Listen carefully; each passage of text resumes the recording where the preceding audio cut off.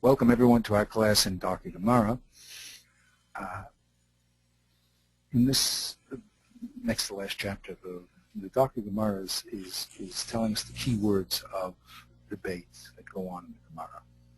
And in a very brief way, he's describing what these key words telegraph, what they tell us, as far as what what's happening in the debate. Basically, what we're going to have, is why I added today a little, we're always going to have a proponent and a proponent and an opponent. Okay, someone who's going to be making a statement, and then someone who's going to be objecting. And these two people, are going to debate the concept, bringing proofs and disproofs one to the other. Okay, so the Darkei Gemara identifies 27 basic key elements of this interaction between proponent and opponent. What I was thinking of doing, and I began it. It's only a beginning, but this is what I'm thinking of doing. I'm trying to explain what this concept of learning Torah is all about. Okay, as we learned in Darkei Gemara, it's subtle. I mean, people do it because you get thrown into an environment and people are doing it, so you're doing it too. But what is the it? What are we trying to do? How can we understand what we're doing? Sometimes we're so involved in doing it that we don't understand why we're doing it and how it works. So I tried to give this. I just want to present this to you as a beginning. You see, I said the following. I said, Hashem, of course, has pure knowledge of all of creation, and he decides that he wants to share that knowledge with man. That's at least with Jewish people. I mean, also non-Jews also have Sheva mitzvahs, but in its entirety, decides. So what is he going to do? I mean, the amount of information there is staggering. I mean, we can't conceive of such a thing. I mean, everything from, we can't even look out into the heavens and we only can see, a certain amount of light years away. Now we're going to conceive of the information that Kodesh Baruch has in his head. So what he does in order to communicate that into man is he compresses all that information into Torah Sheba'al and Torah Sheba'al Peh. Quite amazing, okay? Because since man is going to use this thing called language, which is a very unique quality, as we learned, has. So he's going to compress these tremendous worlds upon worlds into the Torah Sheba'al and Torah Sheba'al Peh. Now, we, as the listeners, as the recipients, man, are going to have to decompress that information because the information is highly compressed. So we're going to use two methods. One, common logical principles, like say Figayon. Okay, you don't have to spell out all the pratim if you just tell me a general rule. And then we're going to have special rules that apply only to Torah, klal pratim, klal, gezerah shava, etc. Okay, so Kodesh Baruch Hu is going to hand us. Well, he expects that we have the tools, the common logical tools in our head already that he gave to us. He gave to all man, really. And he expects that we're going to receive the special rules of the Torah, how it's darshan, and we're going to master both of them. And that's what we're really doing in studying all these books. We're really trying to understand how language works to communicate ideas, and how to recreate the thought of Torah in our small minds. Okay, so man reads the words of Torah, and he applies these rules, whether they're common logical principles or special Torah rules, and then he's supposed to reconstruct the message that Kodesh Baruch Hu has encoded and embedded in the Torah. Okay, now what do we do? What do we do when? What is this debate about? What is all this debate? Okay, so the message can only be reconstructed through the interaction of the various pesukim one against each other, and the Mishnah, one with the other and one with the Torah. It's that interaction, how that let's say the pesukim, how they work with each other, which is going to clarify and define the exact message. So it's not only looking at the heavens and seeing 12 stars, but it's seeing the relationships of those 12 stars which will create the image. Okay, so you can't just read individual pesukim. You also have to see how the pesukim interact with each other, so that the debating method is a way of reconstructing the exact message. If you just have the information, you'll never get the real message, because you won't see the relationship of the parts. So in this debate, or in this process of clarification, okay, so we have methods. Okay, there's methods of the proponent and the methods of the opponent.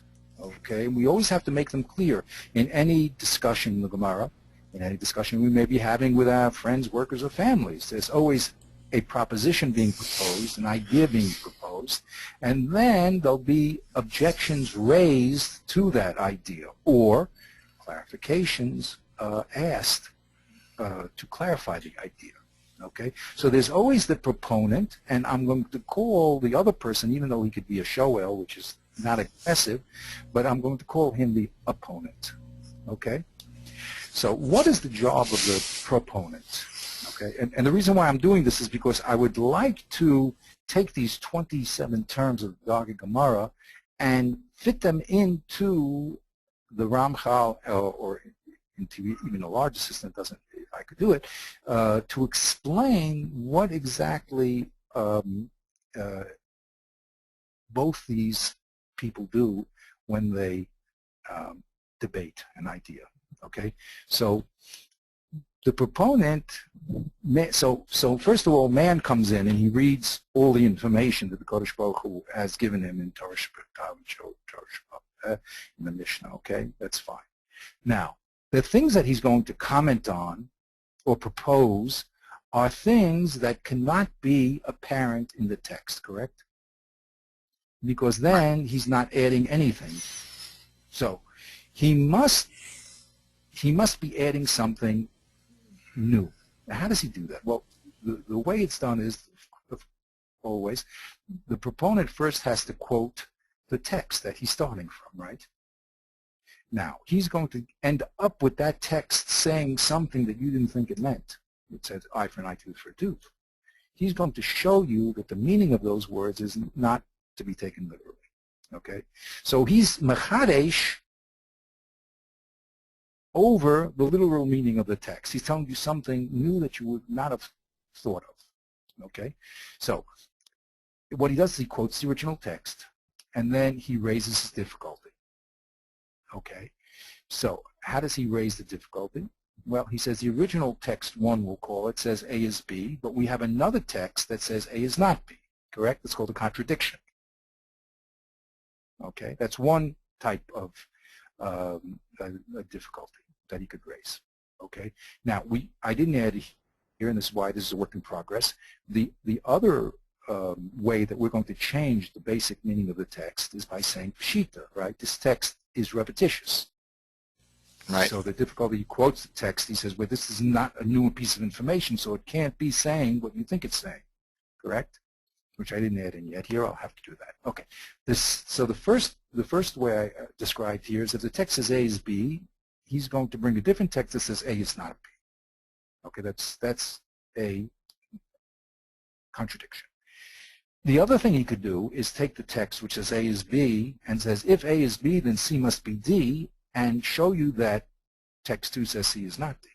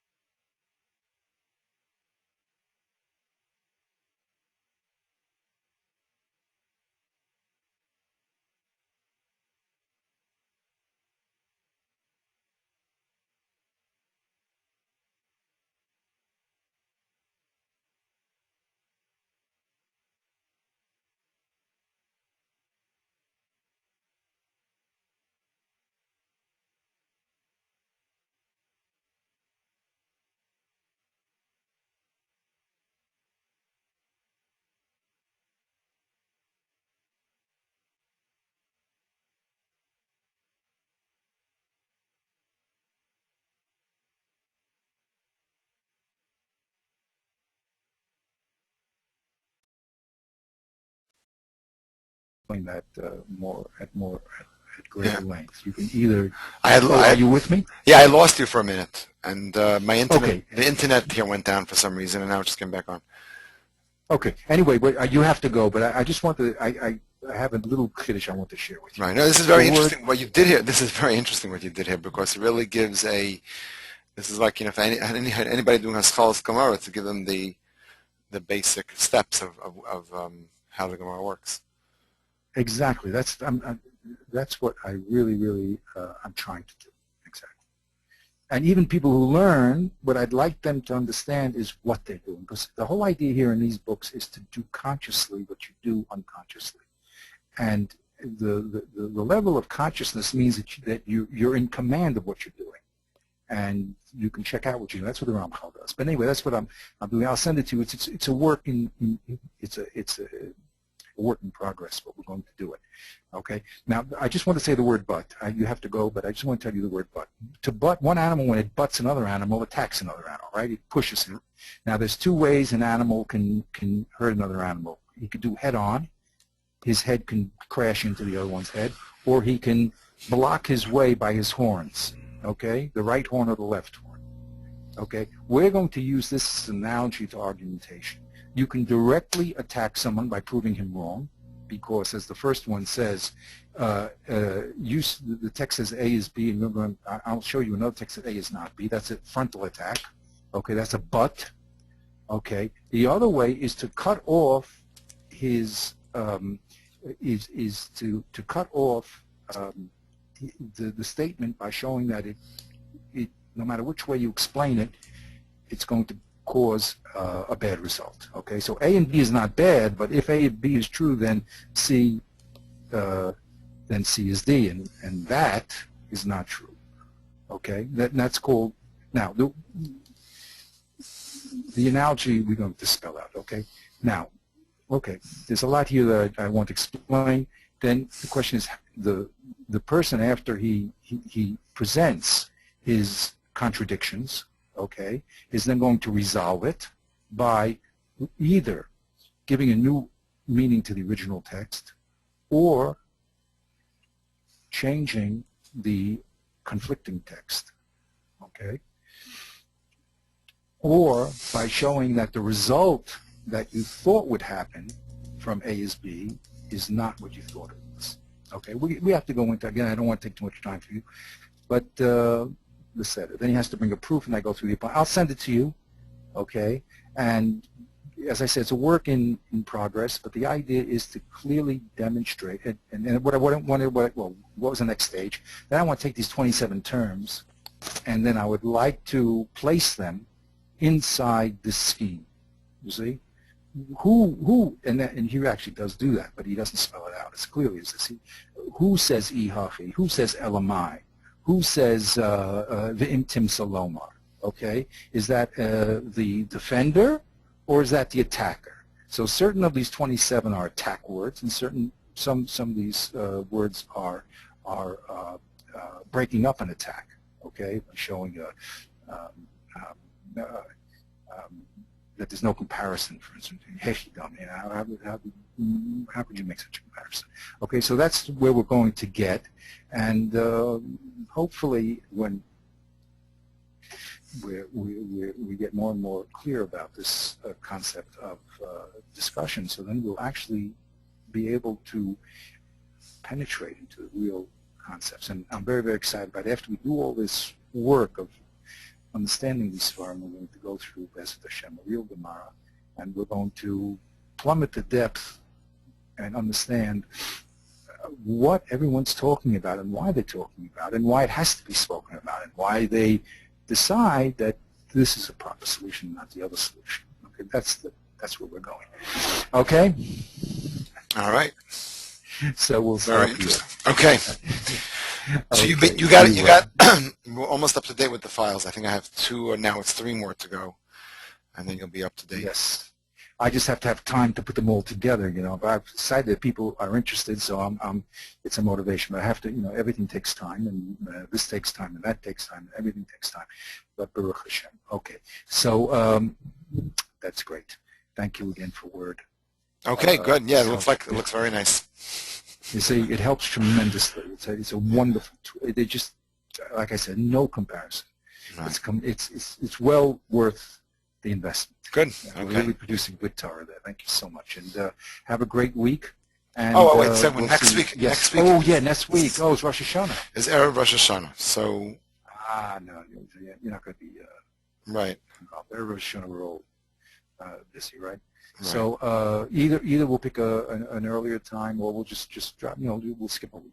Oh wait, what the week have you looked after. in Sukkot and everything? 1 second. The week after, I'm going to be flying.